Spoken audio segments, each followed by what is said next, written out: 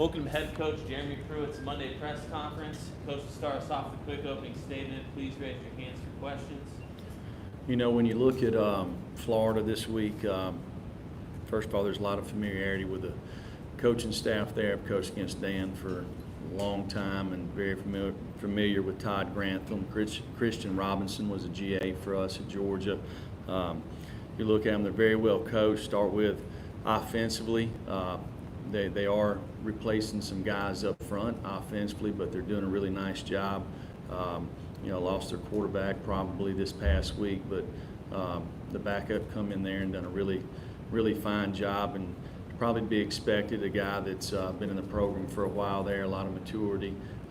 These guys have really good skill players, from tight ends to running backs to wide receivers. They spread the ball around. They'll hit you with RPOs. They're really stubborn when it comes to running the football. They've always done a very nice job running the football, being creative in how they do it, and they've got really good playmakers at wide receiver, so they can get the ball out there and they can hurt you with runs after the catch, screens, or throw the ball down the field. Defensively, Todd continues to do a really good job, very multiple up front. They're leading the country in sacks. Playing really well in the red area. It's not surprising. They got really good players at all three levels, got experience, they got depth.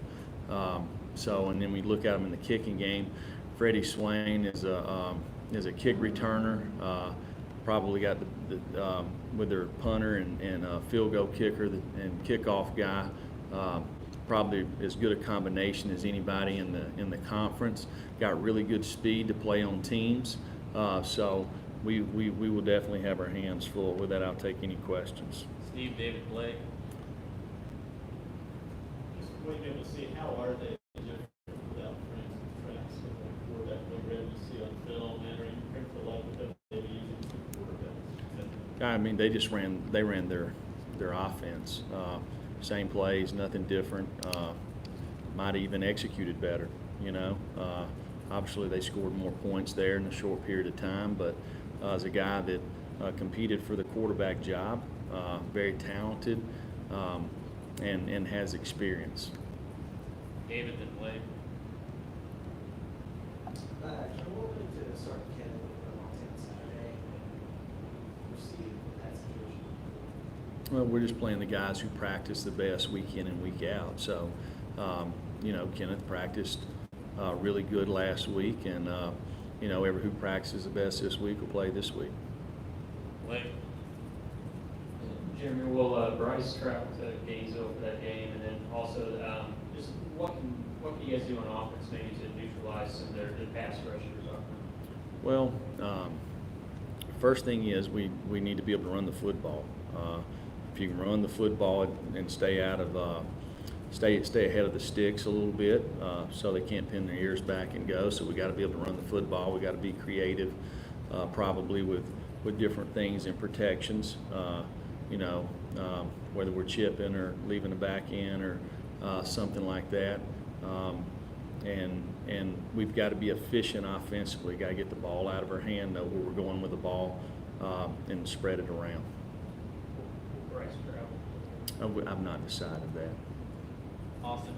Coach Trey's a guy that had a lot of contact at fall camp. Now 3 games in, kind of where's he at, and where you thought he would be, and what's he doing well for you guys? Trey's playing really hard. Kind of the way we've kind of altered practice a little bit to help his development. So being really light on Mondays and Thursdays, and then on Tuesdays and Wednesdays, he doesn't participate. So, just like anybody that's not getting to practice, he makes some mistakes out there, but the guy's playing hard, and continues to improve each week. Coach, after watching the film, how did you evaluate what you got from the offensive line with the run and tackle and slide Darnell and something guard? We're going to the right folks. We might not be taking the right path to get there, so to speak. So there's lots of things technically that we need to clean up. But the positive is there was very few mental errors. Patrick and Gustavo. evaluate where you guys are on the defensive line, the 3 games, and what you see that you like, and where you want to see where you get your guys. You know, I think Aubrey Solomon's played really well. The rest of the guys, you could kind of put them in a group there, and you know, there's not much difference in them. We've really got to continue to improve up front, and we will. You know, most of those guys have very little playing experience. And if you look at them, a lot of the guys that we're playing, you know, we're not even here during the spring. So they're going to continue to improve, and they've got to improve, you know, to kind of reestablish the line of scrimmage a little bit. We've got to be better in pass rush, got to get more push up the middle. You know, so we just got to continue to work hard at that position. Coach, Tennessee, the first 3 games of the season, came to the game as favorites, but against Florida, you guys are underdogs. Did it feel like you changed the mentality? How do you feel like you guys are not being the favorites, being the underdogs, let's say, coming to the Florida game? Well, it didn't help us those first 2 games, did it? So I don't think that's got much bearing on the game. You know, we've got to go out there and play good football, clean football, play hard, play tough, be relentless, play for 4 quarters, and we got to practice that, create the right habits during the week. Weston and Jesse.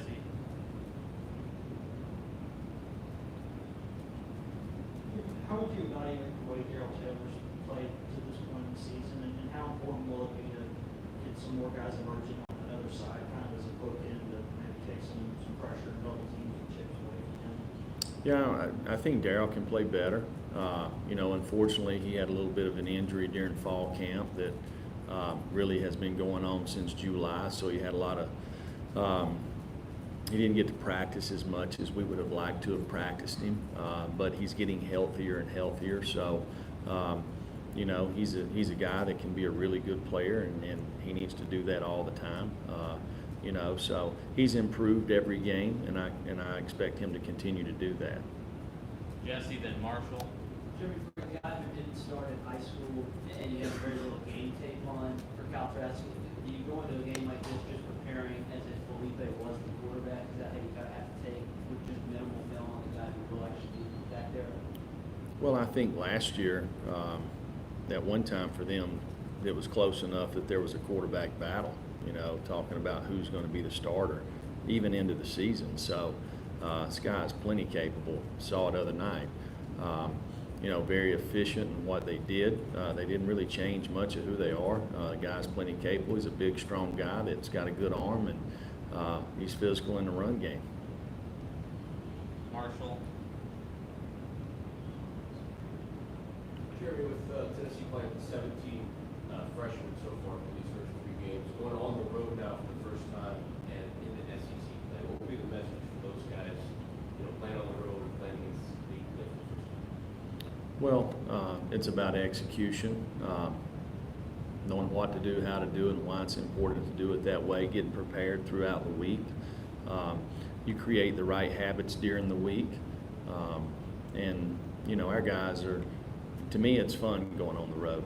I like going on the road. You find out who you are. Everybody's against you. You kind of see a little bit about your character, and it'll be good for us. Corey, then David. Coach, obviously, you know, it's different circumstances from last year, but how much do you think you guys are going to lean on the experience of getting, you know, playing Florida last year, and how that game went down in the preparation of this game? Well, I hope we learned a lesson that if you turn the ball over 6 times, it's hard to win. You know, so, you know, last year's game will have no bearing on this year's game. So we've got to get our guys, we'll have a good plan. We've got to get our guys ready to execute the plan, play the right way, and do it for 60 minutes. David, then Brent. How would you describe the difference in the defense being out there? You know, Daniel's a guy that, you know, we have a lot of time invested in him, starting with last spring, 2 springs now, 2 fall camps. So, you know, that's when you come into a program and you spend that much time with guys to develop them, to get them ready to play, and then they can't play. you know, there's a difference, right? Will Ignatz really, he don't really play the money position, but he had to play money for us, okay? That's why we moved Jeremy Banks over there, just to create some more depth. But, you know, it's obvious that he has some experience there playing, whether it was with us or before us. The game slows down a little bit, and probably takes a little bit of pressure off the other guys as far as making calls and adjustments. Brendan, Rick. Makes a difference in Austin Coach this year, and how important is he and has he been to the run game as well as protection of your own offensive line? You know, Austin has kind of quietly done his job. We felt like he's played really well through 3 games. We got to continue to get that productivity out of him. You know, he's a guy that, again, that he's been in the program now for 2 years. He kind of knows the expectations, and he's willing, and we just got to continue to get the same type of production. Coach, can you comment on the kicking game and how they've performed so far, particularly Preston Agnew, 7 for 7 on field goals? It seems like he's going to hit the ball well.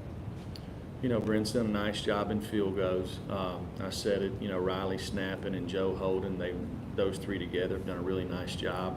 You know, Paxton, except for kicking it out of bounds other days, had a touchback on every kick. You know, and Joe's punted every time except for 1. Paxton punted 1 other day. So, you know, the guys have executed that very well there. We've got to continue to do that. Because the guys back there receiving the balls, as the teams that we play here, are more and more capable of putting points on the scoreboard. Last couple, Steve and Wes. You're entering a stretch where you're playing 4 games, 3 of them are against top 10 teams. It seems like when you're in the SEC, you're going to have these types of stretches every year, like 4-game stretch, 5-game stretch, where you're playing a bunch of ranked teams.